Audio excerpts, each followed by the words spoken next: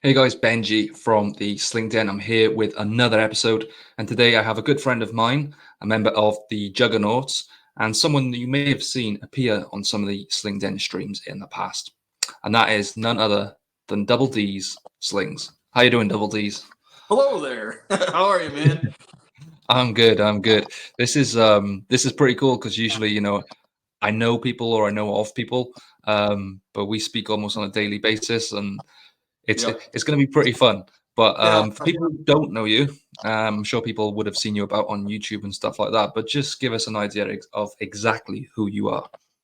sure. So well, first of all, my name's Don. My channel name is Double Deeez Slings. I've been shooting. This April has been 2 years. I got bit by the bug 2 years ago, and basically, I already had a channel started, but it was for other things. It was for like RC cars and trucks and all sorts of building videos on that. But I switched gears once I started shooting slingshots and started my channel focused on that. Within the past 2 years, I've gained a lot of steam. We'll say, I've gotten up almost 2,000 subs now, which is a lot for small channels like myself. And I like to have fun. I'm not a pro by any means. I can shoot fairly well. My technical knowledge of everything, I learn more and more every day. So I don't have as much technical advice as some of the older guys who've been shooting forever. But we all learn together. I try and keep it based on, like new shooters, beginners, kind of making it fun so everybody can just get in and know that they can shoot. Awesome. And we're going to talk a little bit about sort of techniques and advice and stuff like that a little bit later on. But the first question I usually ask is how people got into shooting because it always excites me. I've got my own story, and I think everyone has a slightly different story. A lot of it kind of goes back to, oh, I used a wrist rocket years ago when I was a kid and stuff like that. But then, people kind of come away from it and they find it again. And then it's quite interesting to find out how they picked up on it. But what was it with you? Was it someone influenced you into shooting? You mentioned that you used to kind of build RC cars and stuff, so you seem like a true hobbyist. What was it that kind of got you into shooting? Well, same story as everybody else, so I won't touch too much on the past. But I did have a wrist rocket as a kid, and I used to just shoot rocks. I never had bearings or anything, so I had fun with it as a kid. But we also had air rifles and other things that. So slingshots it wasn't like a thing as far as like every day. But when we would go camping, fishing, or whatever, I always would throw it in the back of the truck, my dad's truck, obviously because I was a kid. But so the wrist rocket was always a thing until I became like a teenager, and then it didn't matter at all to me, period. But what got me back into it was at my house now that I've lived in for a couple of years, we grow a small garden in the backyard, but squirrels like to just destroy everything around here. And you'll see them, they make appearances in a couple of my videos, but that's what got me started as an adult shooting slingshots was at first I wanted to kill him. All right, I'll be honest with you. I wanted to kill him. But then I got into thinking of it's kind of pointless to kill him because then you got to do something with him, right? And I'm not the type of dude who I'm not going to eat him. I got nothing against it. I would eat it if somebody like made one for me, but I'm not the type of guy. I don't hunt, and I'm not the man's man with the go out and bite the neck off of a squirrel or something, whatever. But they were a pest. So I just did a quick Google search of band or actually tubes because I found my old I dug it out, my old wrist rocket. I got it here still. I dug it out of a tub that was in my garage, and then I was like, well, let's see if we can even get. I think they were Daisy brand tubes. So I ordered a set of tubes. And I went back there and pulled one time, and I'm like, "What in the hell is this? This is garbage." Like I don't even know if I could hit a tree right now, like something big. So that's when I Googled again, and on Google I found Simple Shot. At the time, Simple Shot was a very big company they still are, but as far as their variety at the time, a couple years ago, every Google answer just pushed you back to Simple Shot, no matter what. It was Simple Shot, and so I looked at it and I just randomly picked a Scout because of looks. Strictly, that's it. I didn't know OTT, TTF, none of that stuff. I just knew it was a slingshot. It came with bands and you could put them on there and shoot it. Once I got that in my hands, I was like, holy cow, all right. this is how a slingshot can be. So that's my story. And then 2 years later, I got 30 plus slingshots, I guess, if I had to count. And then I shoot every damn day, and we make videos all the time, challenges, tournaments. I mean, everything just kind of spiraled out of control. And obviously, we're going to touch on the YouTube side of things very soon. But for me, it was, and I've explained this in previous episodes. It was, I was just scrolling through, I think it was Instagram or something like that, and I seen Wayne Martin post up a picture with, a slingshot and a squirrel. And I didn't really think much of it. I got myself one, and I didn't know there was this whole world on YouTube of shooters. And you said you already had a channel, so you were probably quite familiar with YouTube. Did you then go on YouTube and figure out how to shoot, or was it a self-taught thing that you did? Well, I watched a lot of, once again, Simple Shot. Nathan Masters has a lot of, the Ask Nathan series, and just different things about band, tuning and all that. Because when you first buy one, back then they would give you one set of band, or one package of bands. I have one here because I just bought the Scout, the newest one or whatnot, because I wanted to get one. But they didn't send you ones for clay. They sent you one set of bands, maybe two, I can't remember, but they were for pretty big ammo. They were for 7/16 or something, it was steel, So when you opened those guys, you had a super heavy, kind of long, kind of weird draw. And so I wanted to know what the deal was with that, because it didn't fit quite right shooting. Because I bought 3/8 ammo at first, 9.5. So that's when I went back to YouTube at that point, and I started watching Simple Shot because that was the brand I had. But when you start typing in Slingshot under search under YouTube, back then you would get, Nathan Masters, and you would get Fowler. And Fowler had a ton of videos out at the time. So that kind of switched my thought process. Instead of just tuning your band, but the stuff he was doing at the time with a slingshot was kind of amazing and eye-opening for me. It's not just like a hunting thing. You're shooting out flames of candles and interesting things, and he made it really fun in a lot of his first videos. So those were the first two, and those what kind of taught me, I guess, as far as the basics, the OTT and the TTF. The tuning and fine tuning came a lot later for me. I just shot pre-made band sets. I didn't adjust my lengths. I stuck with whatever pouch they came on, and I just shot with it. And I got, I guess, the fundamentals down of how to just pull and shoot. So yeah, as far as teaching, it started with those two, but then it was basically self-taught to a certain degree.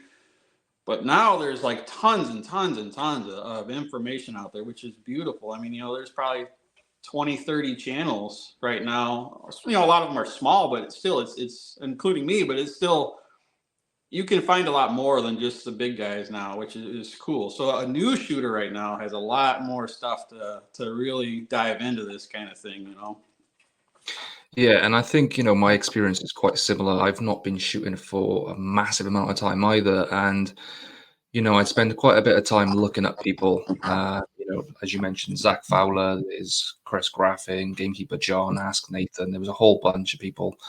And I used to go out, I used to shoot, get really frustrated, come back to the TV and watch more people. But I'm still learning to this day. And that's the really fun thing that I find is you're never 100% satisfied, because there's always so much to learn, and that's with fine tuning as well as technique. Did you have any Eureka moments? Can you remember back to a point where you maybe heard someone say something or see something or just do something yourself and think, hang on a minute, this worked really well? Not 100%. Not that I can really recall.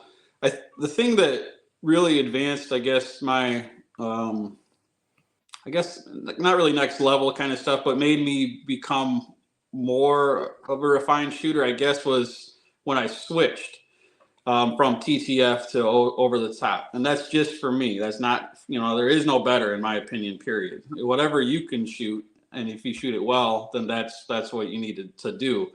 But when I first shot, I want to say between 4 and 6 months of the beginning was strictly through the fork, because I tried over the top and for some reason it just would not work for me, period. So after I got into it a little bit, I saw more of I guess there's like 75% of people that are over the top and 25 through the fork. If you really boil it down, it seems to be more over the top. So I was like, there has to be something to it.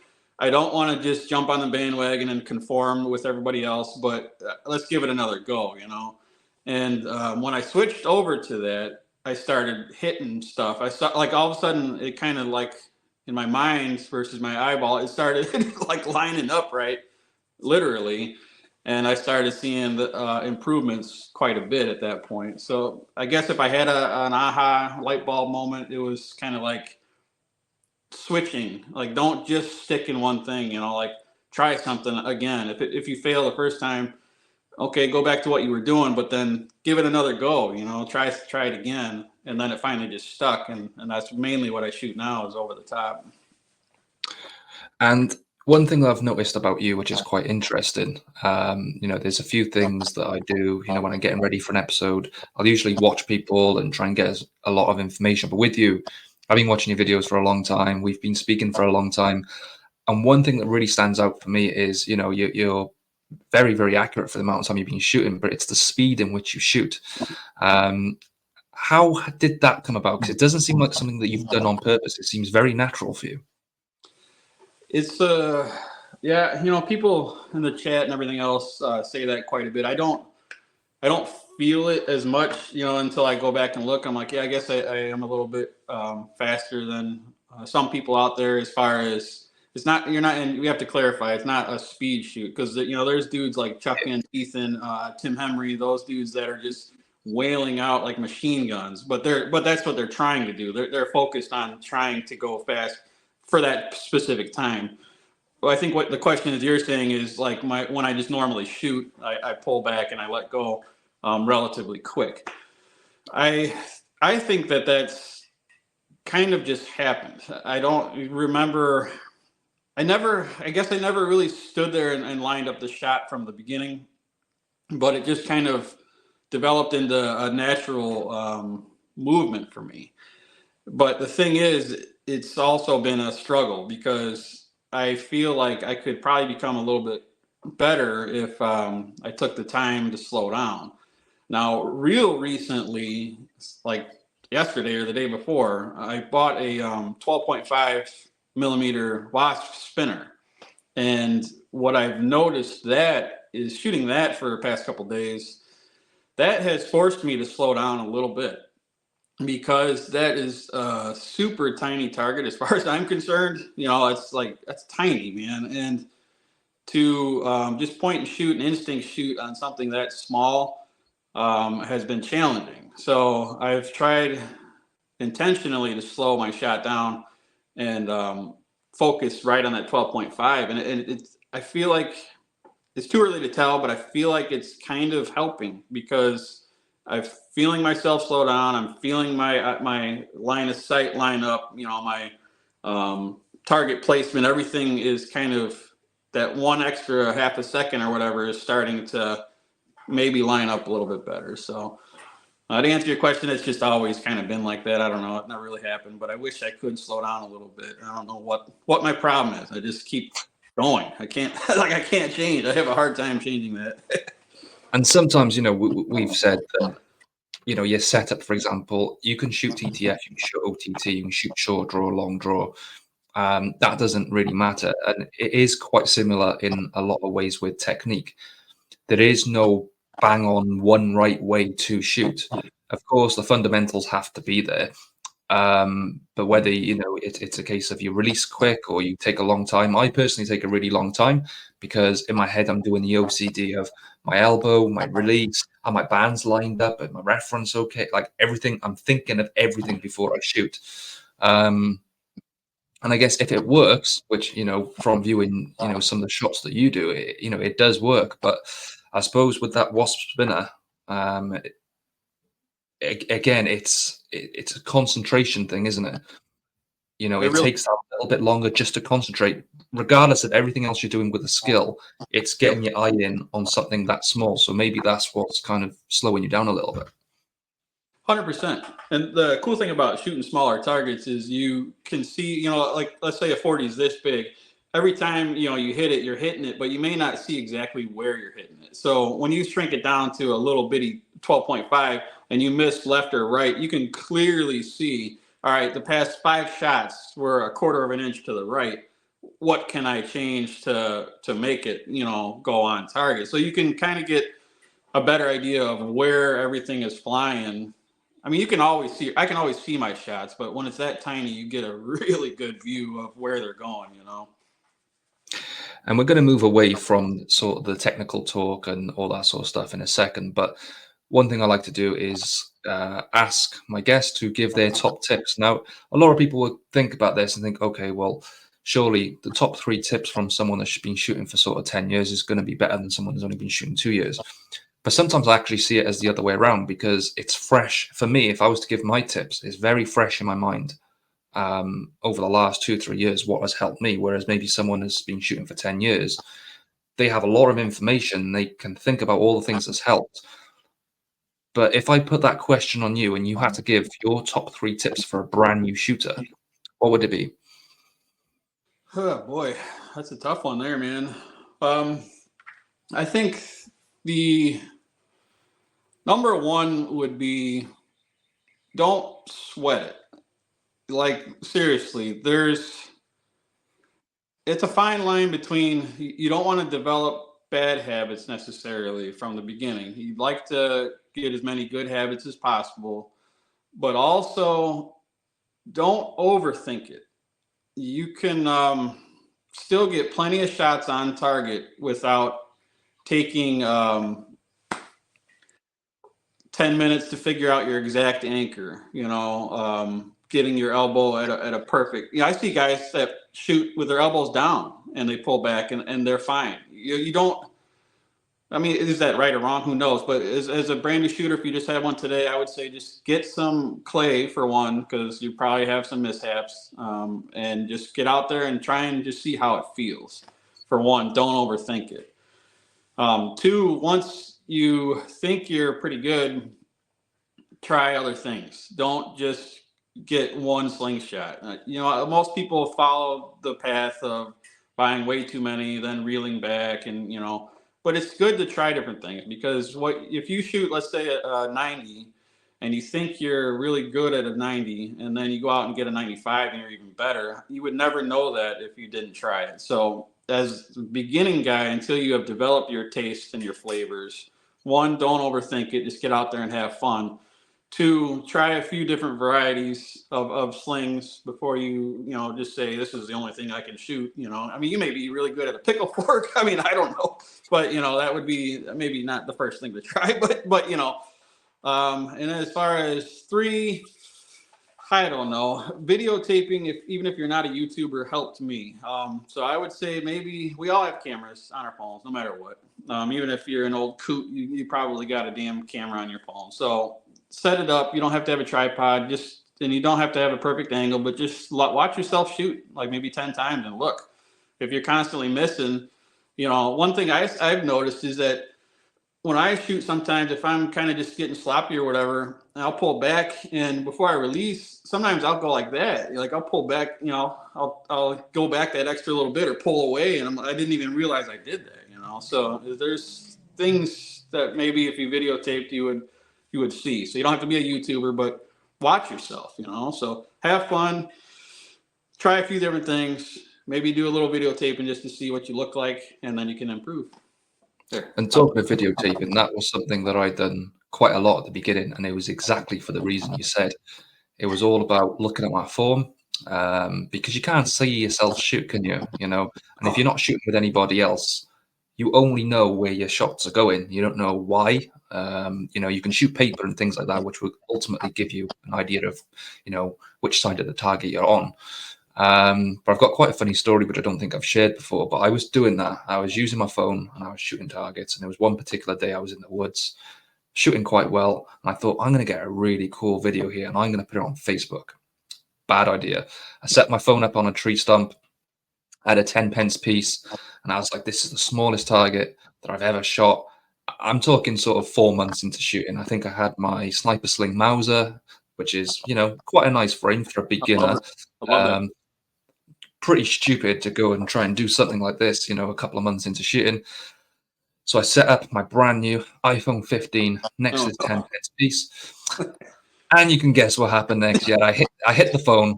oh. I hit the back side of the phone, and it was a pretty hardy case on there too. The phone didn't turn on anymore. I had to go through my insurance to get a new phone. So now I am very, very paranoid about where I'm setting up my phone if I'm taking shots. Yeah. So just be careful if you're going to go out there shooting. Right. Do not use your phone as a backdrop. No, definitely not, man.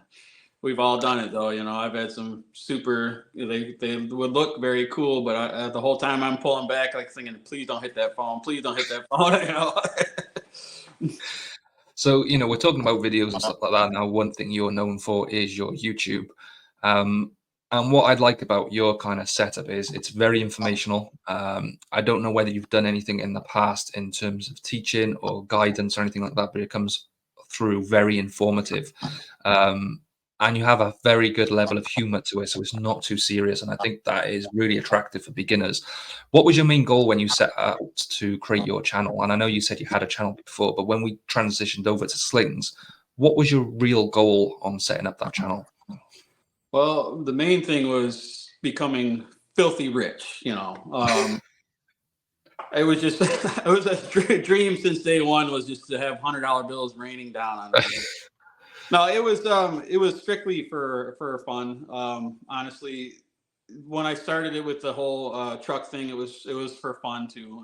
And it's I don't know, it was just entertaining to try and see how many, kind of like a competition, like how many views can I get. Not to gain being famous, that would be cool if it came along with it, but it was just like the first time I did like a short, I was like, all right, there's got to be something to this, and so I did one, and it got like 500 views or something, and I was like, holy crap, that is nuts that 500 people sat there for 30 seconds and watched this. So then I got to, and I enjoy editing too. It's a pain in the ass, and sometimes I don't enjoy it, but I do enjoy it as much as you can. I don't know, it's something that I enjoy. So bottom line, it was enjoyment. It's part of my life is slingshots, and part of my life is YouTube. So it was that was the main goal, was just strictly self gratification, making myself happy with my life, and hopefully helping other people, along the way. And if it catches, it catches. If it doesn't, it doesn't. So for me, my kind of vision with my thing was to have a podcast and let people get to know some of the shooters and some of the personalities we have in our community. Obviously, I've done a few reviews here and there. Where does your charisma come from? Is it just your personality, the humor side of things? Obviously, the editing that you do is a really neat trick, because what it actually does, it really helps your personality come through as well, because you're doing different things, switching between scenes and stuff like that. But where does Deez come from? Where does this person come from when you're in front of camera? How does that character kind of come out? Oh boy, I don't know. It's it's one of those things. I mean, since I was a kid, I was a troublemaker, I guess you'll say, and the guy who I could get other people in trouble and then have a stonewall face, straight face, and nobody'd ever know it was me, sort of deal. So I always had, I guess. Well, you got to remember, if you want to get down and dirty here, all right. Let's get real here. Let's do it. All right. So if you obviously have seen any of them, well, you probably have seen a couple, at least one of my videos, right? All right. Well, we'll assume that. And if you ever get a chance to see the full figure of the Deez, all right, I am not a skinny, muscle-bound, masculine type dude. I have a nice pear shape from a middle-aged, overweight guy. You know what I mean? So I haven't always. I've always been this way, right? Other than when I was like 8 years old. After that, I became, we'll say, big boned, right? So when you are overweight, you have a tendency to get bullied and picked on and whatnot. And there's a couple of ways to get out of it. You can either become strong and start just punching people in the face or whatever until they leave you alone, or you can turn it around and turn it into jokes. Once you turn it into jokes and humor, you get a lot better response. The bullies have a tendency just to walk away because they can't take it, because you're either capping back on them, harder than they could ever even think of, or they just are like, all right, I give, whatever. They're laughing too much to even mess with you anymore. So that started the whole thing throughout my whole life. It's always been a thing, and I've learned early off that if you don't take things to heart like that, then you're going to be better off. You're not going to go through life all pissed off and upset and always crying. You just got to get out there and face everybody. And if you can make them chuckle, they like. There's always going to be jerkies, no matter what, that just don't get it. But overall, you just got to let stuff bounce off your chest. Get out there, have fun. If you can make people laugh, life is so much better, man, because it's over in a blink of an eye. In another couple of years, we're gonna be 90 years old. Like, it really goes so fast. Your kids grow up fast. Everything just happens. So I try my best to be as happy as I can, as much as I can, and that's what comes out on the camera a lot of the times. And that can be really powerful, and I completely agree on what you just said there, because one big thing is the real freedom comes from just being able to be yourself, be happy, and not worry about maybe what other people are thinking or saying, because I've certainly learned that as I got older, and I really wish I had that attitude as a younger man. And it goes hand in hand with YouTube. When I do YouTube, I think, at the beginning I was like, what are people going to think? And then I went to shooting live, and honestly, like the night before I knew I was going to be shooting live to do my Juggernaut challenge for the first time, I was like, oh my God, what if I don't hit it at all? Like, I'm going to look like such an idiot. But what it comes down to is you're having fun, you're having a good time. And, I think when people see that, that's enough. Whether you're good, whether you're a world-class shooter, you're a novice, it doesn't really matter. If you're out there and you're having a good time, that's contagious, and people are going to see that and think, oh my God, this looks like fun. And you can have some people that are stone cold shooters that are hitting that target and drilling it all the time, and that's just as enjoyable. For me personally, I can watch someone, they cannot say a word, if someone's just hitting a target, and like, that's a level of skill that I can really appreciate and watch. But also you have the other end of that, where someone's just having such a good time that you want to get involved, Oh, I agree 100% on that. But I'd be lying if I said that live button didn't get me before too. You know what I mean? You press that sometimes, and it's just, I don't even know why. Like none of us could figure out why we get the live jitters. It's like there's nothing different here. It's just the phone. You press the red button, and it goes. We used to get that all the time when I played in a band. As soon as you press the red button, you couldn't play your line anymore. You're like, why am I played this freaking bass line 20 times in a row, and you press the record button, the mic's going, and you screw it up. Like, doesn't make any sense. It's the same thing. And I've tried comparing sort of live and tournament shooting. However, I've never been to a tournament. I've never taken part, so I'm not 100% sure. I can kind of relate it back similar to what you said, what your experience was when I used to do my fighting. I used to be on the mats training, and I could do so many cool, things on the training mats with high level people. And then sometimes I get to the day of the fight, and I'm all over the place. I'm like, oh my God, I don't know what's going on. It's because there's people there. Now, when we talk about shooting, I don't know how I'm going to react. The only feeling that I feel like I could relate it to is shooting live. And in some ways, I feel like it should be a little bit less pressure than live, because when you're live, even if you've got 15, 16 people with you, when you're at a tournament, you're not going to have 15, 16 people staring at you alone. If you can kind of get what I'm saying, but at the same time, you're there live in person, you can also see those other people. So what's your take on that, and can you let us know if there's any sort of tournaments you may be going to in the future?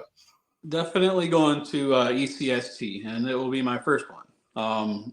And like I said, I ain't gonna lie about that either. I have anxiety. I like, just for this. I don't know why, but I do. I've seriously been thinking about it more than I probably should.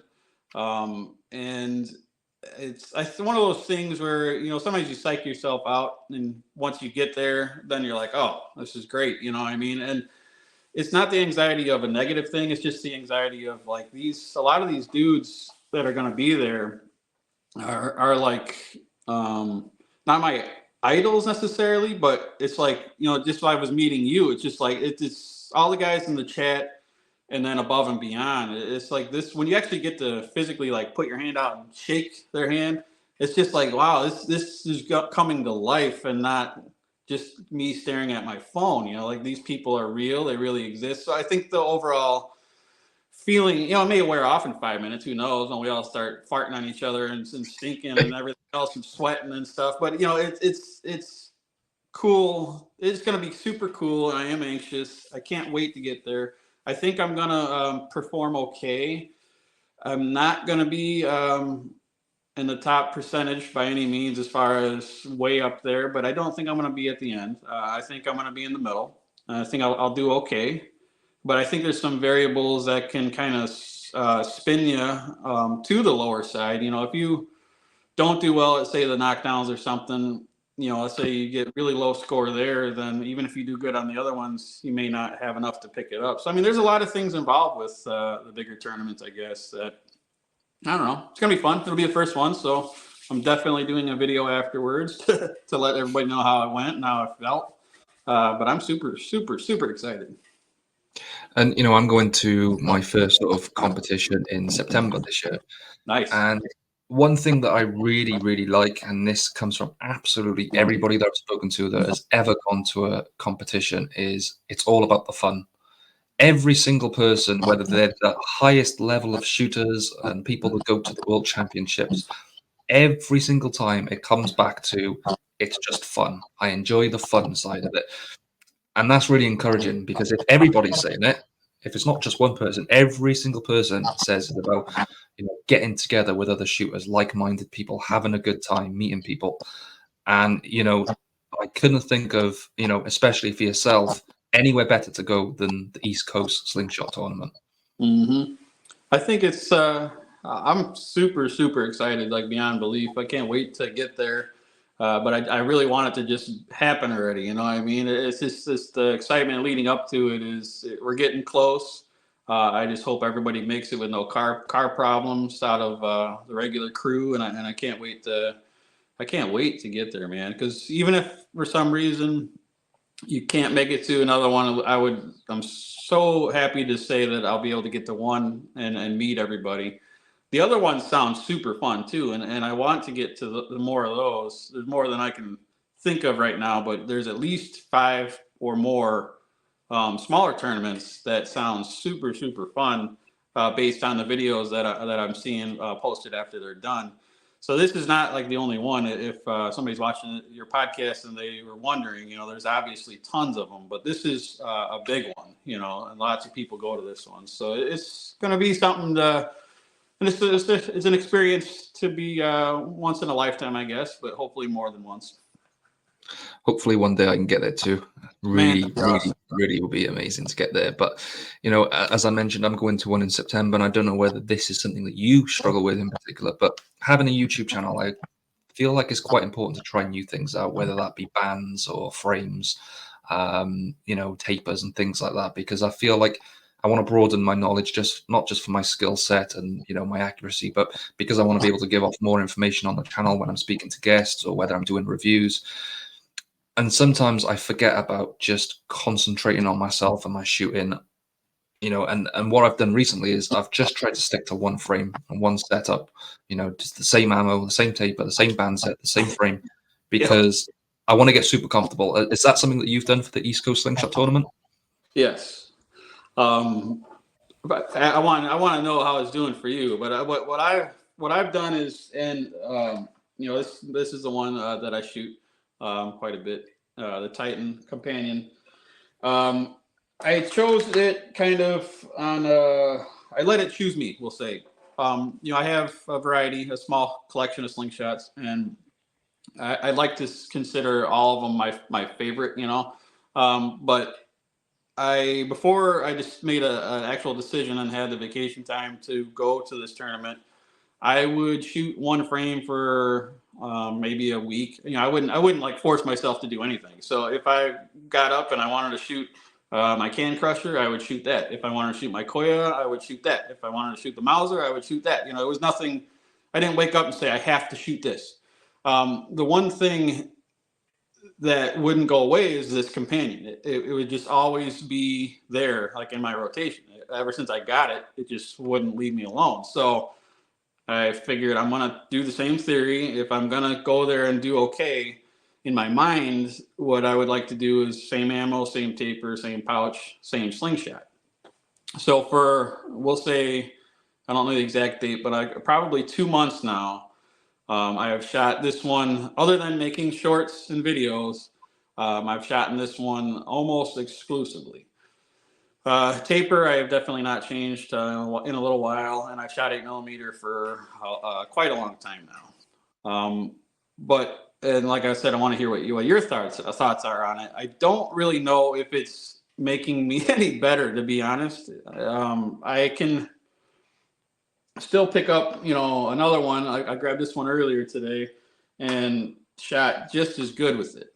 So is all that, I think it's important, okay, for one. I think more importantly, bands, ammo, pouches is huge. And then width, obviously. If you go from a 90 to 100, there's going to be differences. But if you stick it all within, the frame can change.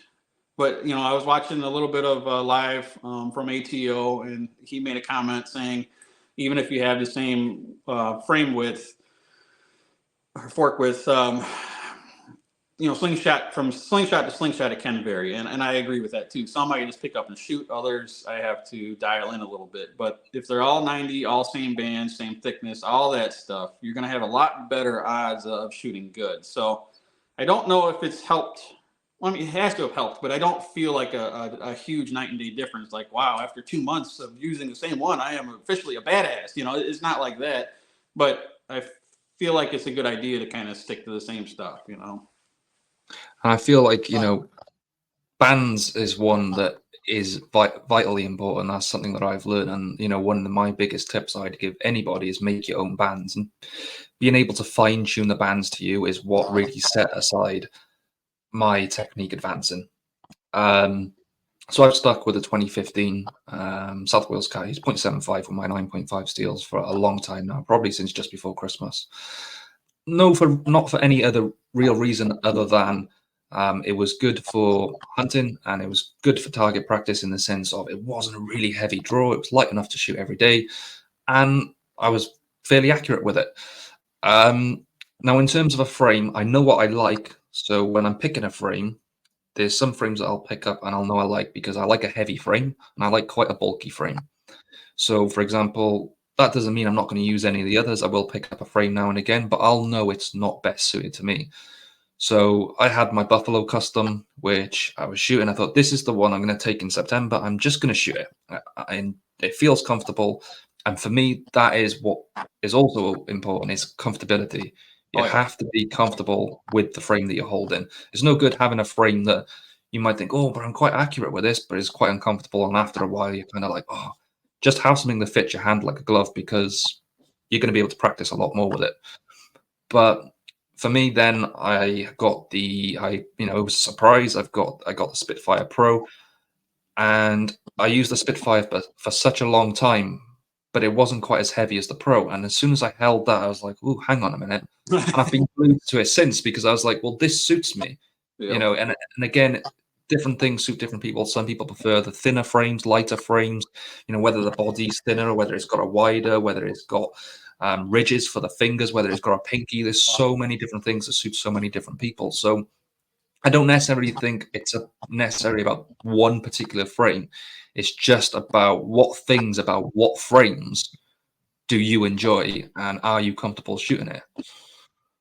Yeah, that very well said, man. And the Buffalo is a fabulous frame. I got one of those, and I love that thing. That's a very, very, but once again, that's a comfortable frame, right? I get that, the way it feels in your hand. I don't get any soreness anywhere at all. Period. It's for me, that's a really, really good frame there. I agree with you 100%. I like center handles on mine, no matter what. I don't like offset handles. I still have some, but they're not my go-to. And I like to have this a little bit of a swell, but not huge, because I like my hands just to kind of fit in there. And then as far as, I shoot pinch, but I don't have to have a dedicated pinch. I actually like some that are not dedicated pinches, but I pinch them, and it's just, I feel what you're saying. Like this one, just literally, it feels like it's not even in my hand. When I pick it up and grab it, everything, I don't have to adjust. Like when I grab it, everything just goes where it's supposed to go. And that's what qualifies a good slingshot to me. If I don't have to constantly adjust, it's not slipping. I'm not thinking, where are my fingers? You know, it's just pick it up. I can pick it up, aim, shoot, pull, done. You know, it's not, there's no thought process behind it. It just becomes part of you. I don't know. And then your setup, you've mentioned there, obviously 8mm steel. What taper and what bands are you using at the moment? 0.5 is the thickness, and this one I just got some greens on here. I don't normally shoot the greens, but I had 2 band sets. This is Olympus, which I like, but I like the electric white better. So I shoot almost exclusively the Omega Slings electric white. My taper is 25-12, which is a little odd in my eyes. It's not really needed, but I'll tell you the stupid reason why I like it. Okay, and the reason why is it fits the tip of the slingshot and it looks good in my eyes, and it's my slingshot, so I want it to look how I want it to look. I could definitely shoot a smaller, like a 22-12 or something, and probably get fabulous results also. But I shoot 25-12. 0.5 in most of the months. When it gets cold, I do bump up to a 0.6. But that's, and then my active band length is about 140 millimeters. So I can't remember the exact percentage of elongation or whatnot on that is. I'd have to do the math, which I don't know, but it's probably in like the 500%, I guess we would say. It's definitely not maxed. And I'm getting like 230-ish feet per second. So it's enough to target shoot for sure. Distance can be a little tricky because it's not the most powerful setup. So I have to think a little bit different when I'm going farther out. But yeah, 25-12 is my setup. Now, obviously, you know, you're someone that makes your own bands. We've seen you kind of do it for your videos. I think you've done a couple of lives where you're there making bands. Yes. When you first started cutting bands and stuff like that, what was it like for you actually doing that? Because for me, it was quite a big challenge. I thought, you know, there's no way I can do this. You know, you have to be really technical and know all this special. And I think that's not the case. No. Once you know what you're doing, it's quite straightforward.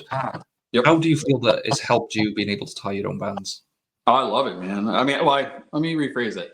I don't really enjoy the actual act of doing it, but I love the results. So I usually will listen to, you know, one of your kind of episodes or something that's a little bit longer, or if there's a live going on, I'll try and time it to where I can cut some, because then I don't have to think about what I'm doing as much, because I really don't like it. It's tedious to me. But the fact of creating something that out of nothing and shooting it is super, super satisfying. When I first started, like I told you, it was Simple Shot at first. But when I moved over, I bought Amazon bands, and they were 1 millimeter thick. And I have no idea what the taper was. And they were just hot, stinking garbage. But I still shot them for a while, man, because that's all I knew. And like you said, I was scared. I was like, man, I don't know how to cut these things. I'm just gonna screw it all up. And once I got it and just took the plunge, I would never go back. I mean, it's super satisfying to be able to create different tapers with your ruler, not the template, but the ruler. The ruler. That's right. I still go back. I like it. You know, I mean, templates are fast, and you know, Mikey is right 100% on that. It's easy. They're fast, and I can see why people love the templates. But the adjustable ruler has helped me a lot because I can adjust. I've tried out so many different tapers with, with that. And it is thanks to that ruler.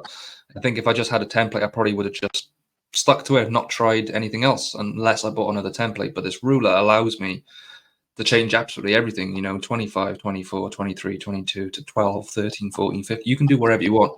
Yep. And I find that really, really, it is such a helpful thing.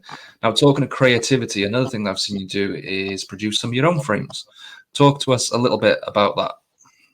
So that whole thing, I'm a tinkerer through and through, right? I've always been a garbage picker. I'll pull stuff out of the trash. I've always, found that interesting. And my dad was a very highly skilled carpenter. So he had a complete wood shop down in my parents' house growing up, and some of the stuff he created was super high end and super technical. A whole bunches of like hutches and stuff and desks, but it had like hidden compartments and secret little things that you could only figure out if you were the owner of it, and super detailed stuff. So I got to see a lot of that growing up. So that made me think later on in life, with a couple of basic tools, I think I can try my hand at some basic things.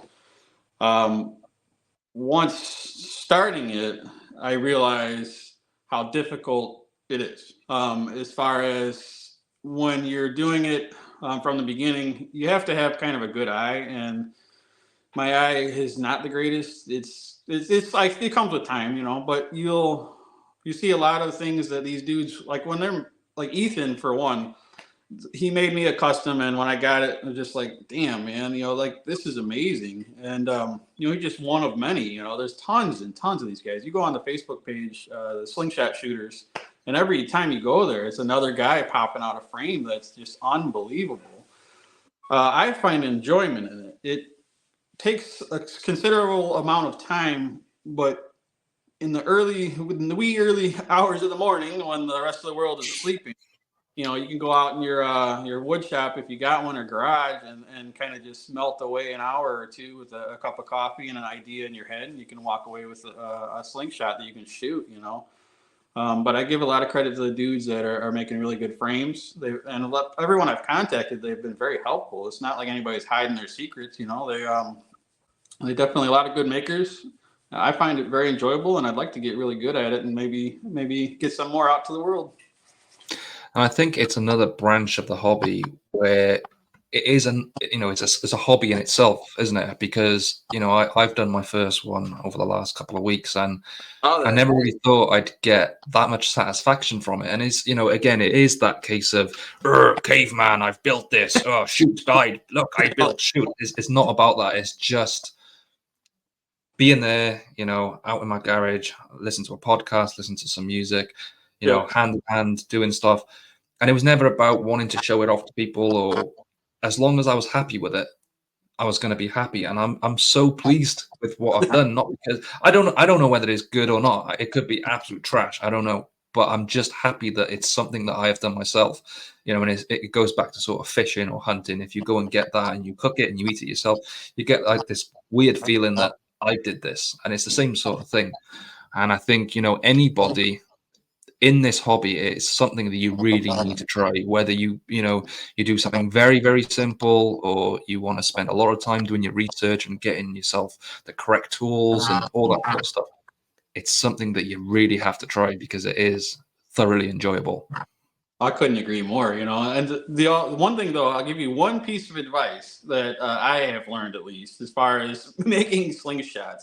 If it's out of wood, right, and you're making it and you got an hour or 2 hours into it, if it ain't right, like in your own mind, just abandon it. Like you can make so much more. I've got so many that I've learned. At the beginning, I would just keep going and going and going. Like I want to fix that one side. I want to make this a little bit different. And by the end, you're just like, I don't know, it just sucks the joy out of it. So I've learned now, if I make a cut and it ain't what I want or whatever, I'm throwing that in the burn barrel. Because I got more wood, I can try again and I can make it farther than just, I don't know. Just don't you don't have to beat it all the way to the very end there. Just let it go, start fresh, because you might be happier. I don't know. And it is true. I was doing that myself. I was going one side to the other side to the other side, and I was sanding and I was sanding and I was sanding. And sometimes I think you just got to think, especially if it's a natural thought. Stop worrying about all this symmetrical nonsense. You can shoot it. And someone said to me, I've been chatting with a lot of people and everybody that I've been speaking to regarding building my own frame. I do really thank you all so much. But it was Carl Barnes that said to me, you can shoot an out of sync frame that you've built yourself as good as any high-end custom. And that's true. When you sit back and think about it, it's so true. It doesn't need to be completely symmetrical. If it holds well and you shoot well with it, then it doesn't need to be inch perfect. And, that gave me a lot of confidence in being able to kind of build something that I was going to be happy with. Exactly. Now, we're going to move on to some questions we've had sent in, but also if you are a Sling Den member, you get to ask your question in person. So we've had someone waiting in the lobby for the last 10 minutes. He's been putting up all sorts of funny photos, which I can see just in the waiting room there. He's been trying to make me laugh nonstop. So I think it's about time that we get him on. It is none other than Mr. Mikey Paul Reddick. Oh, Mikey. Let me turn my phone sideways. I'm not prepared. You spent so much time trying to make me laugh, you forgot to set yourself up right. Was it working? Was it working? I was trying my hardest. So, Mikey, we know who you are, but just in case anybody doesn't, give the listeners and the watchers a quick rundown of who you are and ask Deez your question. My name is Mikey Paul. I have a YouTube channel called Mikey Paul Slingshots, and I'm friends with Benji and Double Deez. And what is your question for Double Deez? Do you have one, or have you just come on to say hello? Well, I'm picking it on the fly because I can't really think of what to ask Double Deez because I've asked him so many questions. So, I'll have to think of a question real quick. Oh God. You just had so much time. Show us the picture. Get that picture and show everybody what you were flying up down in the waiting room whilst I was trying to have this really good, serious conversation with Deez. Show us the picture you were flashing up. It's on my fridge. Remember that picture, Deez? That it's on my channel, but it's on my fridge. I'd have to get up and go get it. But it was a funny picture. I was trying my hardest because I didn't know if you could see me or not, but it said that the host could see you, so I was doing my best to try to get you to. I know. You could have spent that time thinking of a question, but no, anyway. I got a question though. I got a question. Okay. All right, Double Deez. When you're shooting, do you still feel like you're learning a lot as you're shooting, like every single shooting sesh, or do you feel like you're learned everything and you're just doing your best? Because when I shoot, every time I'm shooting, I feel like I'm still figuring it out. So I feel like I've learned a bunch, and I feel like I ignored a bunch. So like to answer your question is, I feel like I ignore my problems, and then I have to stop and think about what the hell is going on sometimes. So yes, I'm definitely still learning, but I'm kind of stubborn or lazy or both, and I don't allow myself to think about it sometimes. Like earlier when we were talking about that small spinner, that 12.5. That thing has been a super good learning tool, man, to be honest with you, because you start to see like what the hell. So yes, every time I go out there, I definitely am still learning. There's lots to learn, man.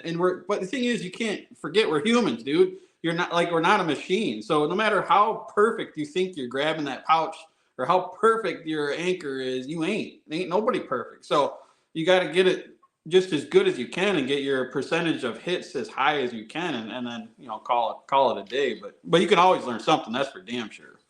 Yeah. Because like for me right now, I feel like I'm I don't know, somewhere along the way I stopped tilting my head right, and so I'm still learning like just what the perfect tilt is. I'm dialing back in like just on my last practice session. That's what I was working on. I didn't know if you still had kinks to work out too, because I feel like every time I'm shooting, dude, I'm like learning stuff every single time.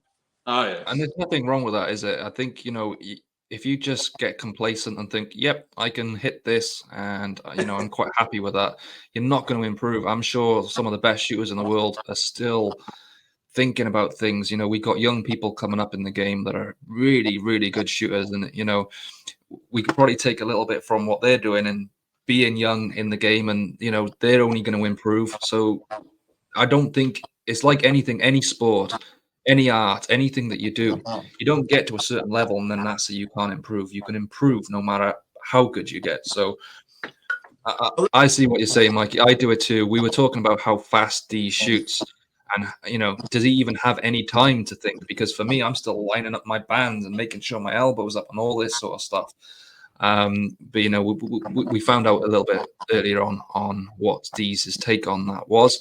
But Mikey, I thank you for your question, brother. Thank you for coming on and sharing. It's always nice to see you. I'm sure we'll see you on the Sling Den very, very soon, doing something or other. But other than that, man, hope you enjoy the rest of your day, and we'll catch you soon. Peace, boys. Have a good one. We'll catch you later. No more pictures. Catch you later, man. There we go, Mr. Mikey Paul Reddick.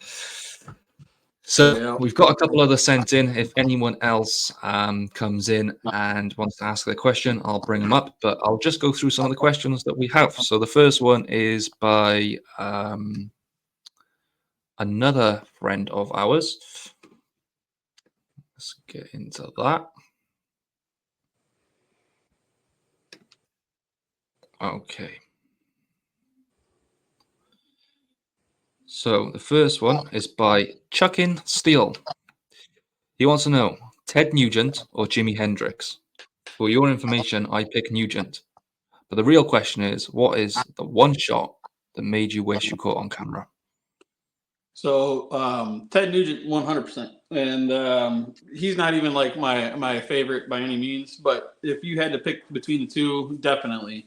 And I know that probably will piss a lot of people off, but Jimi Hendrix, in my eyes, I don't know.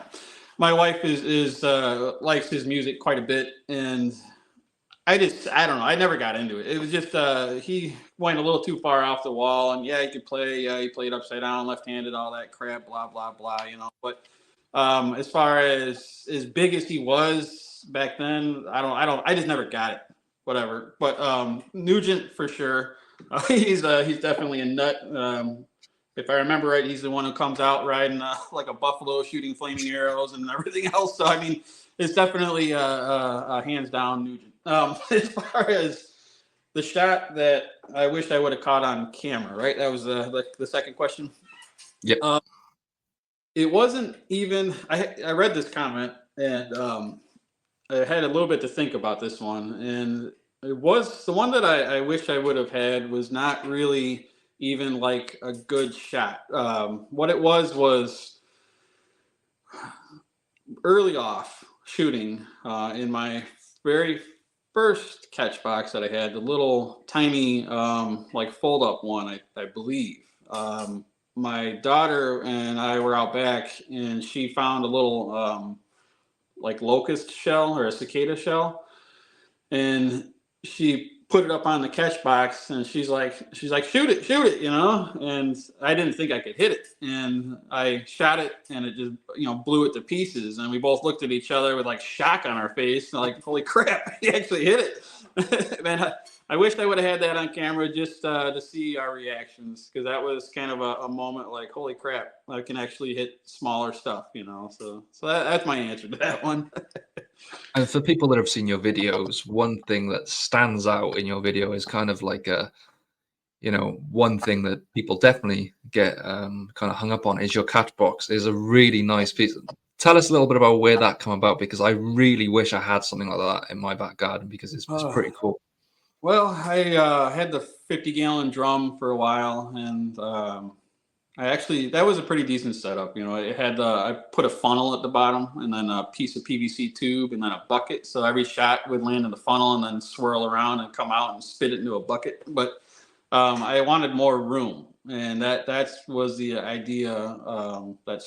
Or the thought that sparked this process was strictly I got to the point where I'm like, okay, I know that this hobby is not going to go anywhere for me. I'm going to be shooting out here a lot. So I want whatever I want. I want it to work, and I want it to be how I want it. So I want it higher up, so I don't have to be always bending over, digging in there, trying to hang different targets. I want it to be wide so I can see and put a variety of targets. And I want it to be easy to use and durable to at least last, 5-10 years, something like that. So that's how that all came about. And once I made it, I'm super, super happy I did, because life was so much easier now. It looks good too. I mean, when you see it on the channel, you really have to check it out, because you've got your name on it and all that sort of stuff. I got really cool, man. All the hits from the stupid shots that I do that are low, it's starting to get chewed up. So the next one that we have is by Aaron Vaughan Hoston of Leighton and Case. So the beard. Ever thought about plating it? How long did it take you to grow? I know everybody's curious about your beard, so we'll get into that. And you have to make a catapult dream team to win the next comp you're shooting. You can choose 5 shooters, 1 maker, and 1 frame. What you choosing? So, all right. So the beard thing, I used to have one just as long before, and I cut it off because I got a job where I had to talk to a lot of people and stuff, and they weren't accepting it. So I just chopped it all off and went back to my ugly ass self. And I decided to grow it back once this current job I'm at, they were okay with it. And it's going on about 2 years, I think. I wish it was longer, like we all don't. We're talking about beards here still, but definitely been a couple of years, and it ain't going nowhere as far as I'm concerned. Now the dream team, that's tough, man, because there is all sorts of fabulous shooters out there. But so I'm going to bypass that question. We're not going to go down that route because I know that somebody's going to be like, oh, that's kind of weird. I thought I was good. No, but then again, Unsubscribe. right? Going to lose a couple. As far as makers, there is so many now, that I think if you give any one of these guys out here the design, you're going to get a good result. It's blowing my mind on how many, these so-called amateur one-time builder guys that are pumping out stuff so damn good. So the builders, there's too many to name, man, to be honest with you. The frame that I've always had an obsession with, though, that I would definitely, I like it a lot, but I don't like the dimensions that it comes in, and that's the PPMG Plus. I love that. I traded it for a different slingshot, and it worked out good, just because I think it's 100 millimeter wide, and it just doesn't work with how I shoot. But the way that thing holds always just intrigued me because it is, for me in my hand, it was probably the most comfortable slingshot I've ever held and shot. And so I would, if I had to pick one, it may be that one. I'd have to think about it a little bit more, but that one always sticks out in my mind. If it was 90 millimeter over the top, clipped with the same exact handle configuration, that would be one hell of a slingshot in my book. Awesome. So the next one we have is by Andy Mond. If you could claim any maker's design as your own, what frame would it be, and what would your ultimate build of it be made of? So what materials are we looking at? Yep. So definitely aluminum is one of my favorites. I love shiny aluminum. Aluminium for you British folk. Aluminium. That's right. Nice and shiny aluminium. So definitely that would be the material. There's just too many to decide. I mean, that's really rough, but like I said, the PPMG is definitely up there for me. The one that I got from Mikey that I show quite a bit, the LPPS made by Moen Waller, is a really good design for my hand. It's another one of those frames where it really feels like you're shooting frameless to me. Like it's just something about the way he designed it. It really just falls in my hand and it feels like it's not there. So those two, I just are, you're putting me on the spot and thinking right now. But those two would be something that stick out in my mind. But there is so many, like literally so many. Andy, that's a tough question, man, because you may ask me tomorrow and it could be completely different. That's the thing. When you're an enthusiast like all of us are, it's hard to pick one frame and then call it your own, as far as like one that you would never get rid of. But I don't know. But those two definitely are on there for sure, among many others. I don't know. Sure. And then the next one is by a friend of ours in Ethan Martin of Tennessee Slanging. Who was the first YouTuber you watched, and what's your favorite looking design that you think just looks cool? So the very first YouTuber for sure was Slingshot. Second was Fowler, out of the big, like, you know, the big dogs. But I stumbled across Mikey right before I came across Chuck and Steel. So those would be like the top, or not the top, but the beginning of kind of the path of watching YouTube for this stuff. Since then, you know, there's billions, it seems like billions of other channels and other stuff, and I enjoy watching them all, and I try not to miss a beat, you know, with any of them. But at the very, very beginning, Slingshot for sure, Fowler for sure, and then I was right after that. For some reason, Mikey put up a couple of shorts or something back in the day, and what the hell, balloons. I don't know what's going on. Was that a hand signal thing? Yeah, right. It's weird because I did a thumbs up thing earlier. See, I don't know what that Must was. be your phone. It's not doing it from my side. There we go. You got some snazzy phone. Yeah, right. What the hell, man? So yeah, Mikey definitely was one of the beginnings, and then Chuck and Steel with one of the videos where he had like an orange high visibility jacket on or something way back in the day, and that caught my attention was the jacket, and then his shooting is what sealed the deal. Awesome. So the next one is, let's take a look, by Adam Holdren. Since everyone else will ask sensible slingshot questions, I'd like to know what your favorite Iron Maiden album is, and your favorite song. It doesn't have to be off your favorite album. So favorite album, hands down, would be Power Slave. I love that CD from beginning to end. Favorite song would be Flash of the Blade, definitely. I love that song through and through. But another album that got me started into that band, because when I grew up, my brother was in a band, a metal band, and a couple of them. And so I always heard very loud music at a young age, you know, and there's a song called Number of the Beast, and it was about 666, and everything back then was, if you play the record backwards, it says, you know, worship Satan and all this crazy stuff, and there's people who really believed all that, and but what it boiled down to, the people who liked the music was really, really good stuff, and as far as we were concerned. So Number of the Beast is kind of what started everything. But then original Iron Maiden, their first album with a different singer and a different drummer, is still top notch and ranks up there really high with what I consider. And they are my all-time favorite band, by hands down.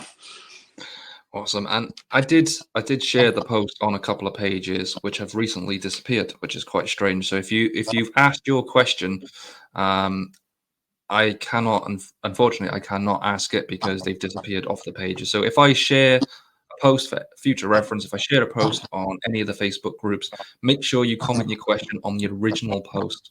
So you can either click the link to the Sling Den and comment below, or just make sure you're clicking on the part where everybody else's comments are, and not the shared post on the page, which I know sounds really, really complicated. But just follow the crowd, follow everybody else's comment, and yours will come up. But we did have one. So again, another feature of the Sling Den membership is a frame or setup discussion, and we've got a setup question, which was thrown in by Leon. So we're going to go ahead and quickly bring that up.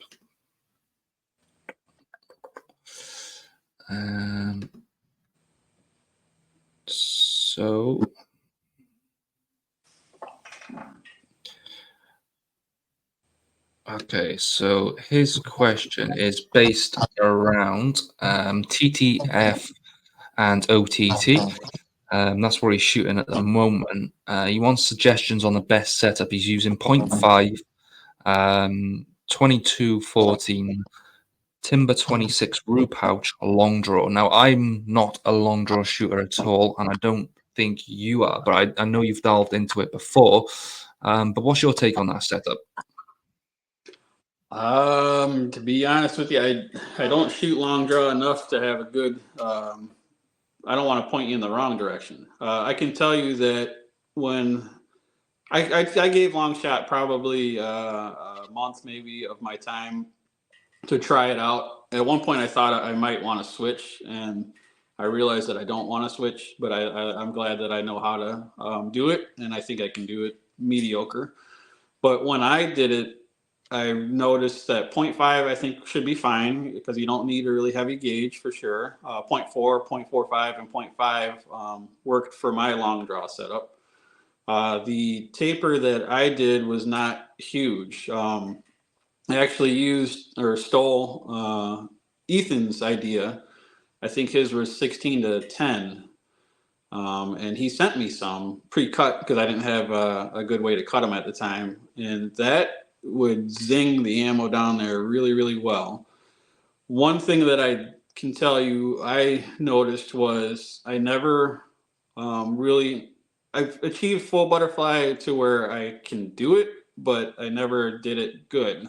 So I was like a 3/4, I guess we'll say, butterfly or half butterfly, somewhere in that kind of range. So I was never full wingspan, but still fairly far out. And what I noticed was your band length you're going to have to tune to you. It's very, very important, in my opinion, when it comes to long draw, because you can manipulate your second hand or your pouch hand a lot and not realize it. You can pull farther, a lot farther, or a lot less, where short draw you're always kind of within reason. So make sure you're go long at first, and then shorten it up is what if you want advice, that's what I would give you. But I think that taper might be okay. I don't know. Seems maybe a little aggressive. I don't know. Sure. And you mentioned the Roo pouches, which I'm really, it's something that I forgot about. It's something I've always wanted to try, and I'm pretty sure it is the kangaroo pouch that he's on about. I've had a few people talk about them, and some people swear by them. Have never ever gone away from them, and it's one that I've not tried. Have you tried them yourself? Yeah, I got some. Got one right here. As a matter of fact, I bought a batch from Timber 26. Andy Peterson, if I remember right. He makes the targets. He's really good with leather and everything else, but he hooked me up with a ton of them. They're fine. It's just I don't shoot them because I shoot pit pouches now, and these. Wow, that's super thin. Yeah, they're very well. I think he makes them in different styles and stuff. This one is it's got the oval shape, but he makes a straight one. He makes ones with different symbols on them. I don't have any more out here, but I bought a bunch from him, and they're fine. They actually will conform to your ammo after a while and kind of create not a pit, but they'll create a good snug fit on them. So they're good. And as far as longevity, I did shoot them for a little while, and you have no issues with function. That's for sure. They definitely work good. So I don't think you'll have any problem with those pouches. Anything that guy makes is really, really good. That's for sure. It's something I'm going to have to try. It's definitely something that I've wanted to try for a long time, and that has just refreshed my memory. So I'm going to have to look into it. But I'm the same. I'm on the pit pouches, and I actually seen quite a cool video where someone was making their own pit pouch. They just had your regular pouches, and what they're doing is just heating up, the size that ball wearing they're using. So they're heating up, say, a 9.5, and they were just burning it into the pouch and creating a pit pouch. I was like, okay, that's what I'm going to try. So at some point, I'm going to try that. Maybe get a Roo pouch and try and make my own Roo pit pouch. I don't know. Maybe something for the future. Those are super soft, so keep that in mind. They're definitely very soft. Nice. I'm definitely going to have to give them a go. And it's Timber 26, is it? Is that the place to get them? Cool. He makes a lot of the spinners. I got this awesome catch box spinner from him, Timber 26 there. But he makes all sorts of cool stuff, man. So anything you get from him, you can order in confidence, man. You're going to get high quality stuff from him for sure. Awesome. So we're going to let you go in just a second, but I will put the link to your page below. And if you have listened to this today, you really need to check out his channel. It is something else. You'll learn a lot as well as have a great time laughing, whether that's at him or with him. I'm telling you guys, there's a lot of information out there from Double Deez, and you will be thoroughly entertained. But yeah, just give people a little, goodbye and tell them where they can reach you. Well, for one, thank you for having me on, man.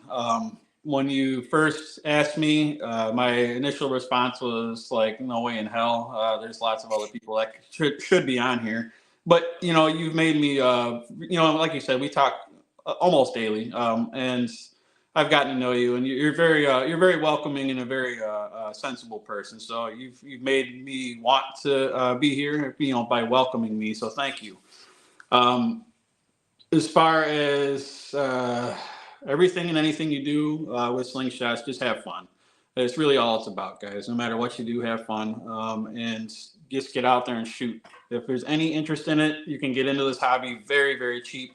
It's a lot cheaper than other hobbies. Well, you can spend as much as you want, but you can get into it very, very entry level and have fun. So definitely get out there and shoot. And finally, yeah, come by the channel and watch. I have all sorts of stuff on there, from really weird things to serious stuff, but I appreciate every view that I get. I've had a lot of people from day one that are still there, and a lot of new people. So this kind of exposure here is huge, because the Sling Den and Benji is awesome channel, and you're making it you're pretty far now, man. What is this, episode like 10 or something? No, this is, I want to say like 17 or 18. God damn. Yeah. Well, I try and go one a month. I feel like one a month is cool because, you know, it breaks up, and I don't want to get tired of doing it. And I think people look forward to it. Whereas if I was doing it like every week, I think it'd be like, oh, it's just another episode, and some may get missed. Whereas I think like once a month is quite refreshing. I do try and get a variety of people on, and we were talking just before I started, you know, whether you've been shooting a year or 10 years, it's just different people's perspectives, different people's experience. At the end of the day, we're just two guys talking slingshots. And if you are a slingshot enthusiast, you should enjoy it. So I hope everyone has enjoyed it. As Dee said, head over to his channel, watch some of his videos. No doubt you will subscribe. Make sure you subscribe. Make sure you subscribe to this channel too. We're friends. You know, everyone's friends here. Subscribe to all channels of all people. Anyway, with that message said, hope you guys have a good day, and we'll catch you soon. Thanks for coming on, Deez.